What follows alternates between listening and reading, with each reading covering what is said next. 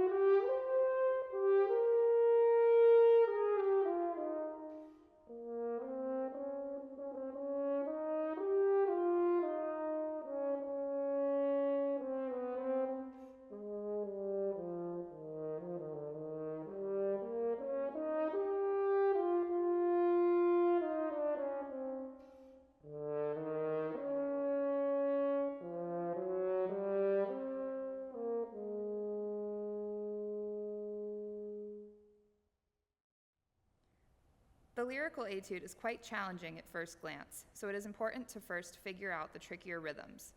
This etude includes dotted 8/16ths, 8th note triplets, 16th note triplets, and 16th note moments, all while trying to make it sound lyrical and effortless.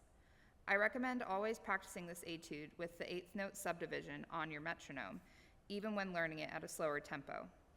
This etude also includes some larger intervals that can be challenging to hit consistently, like in measures 7 and 8. I recommend really isolating the C, F sharp, and G in your practice. Try playing just these notes as half notes to be sure you're playing the lower notes at an equal volume and with good tone before putting it back into the context of the etude.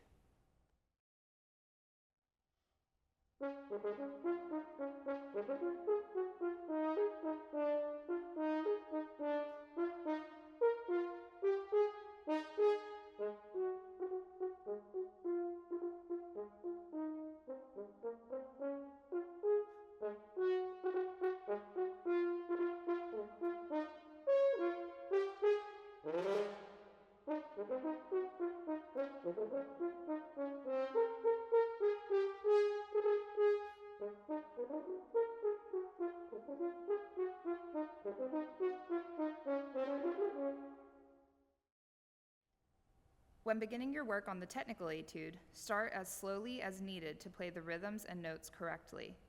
When learning something new and challenging, I recommend first learning the rhythm, then the notes, and then the details like dynamics, articulation, and phrasing.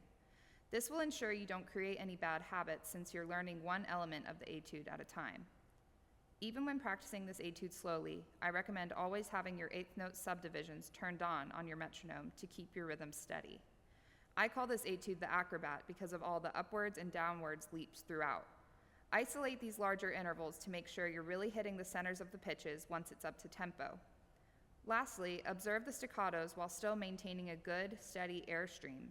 Instead of shortening the ends of staccato notes, play them with a clear and crisp attack. The staccatos are meant to add to the lively character. You'll find it a lot easier to play this way as well. I hope you found this video helpful in your audition preparation.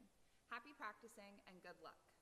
Don't forget to check out the links in the video description below where you can register for our All-State Brass Bootcamp and learn more about the Horn Studio at KSU. Thanks so much for watching, and go Owls!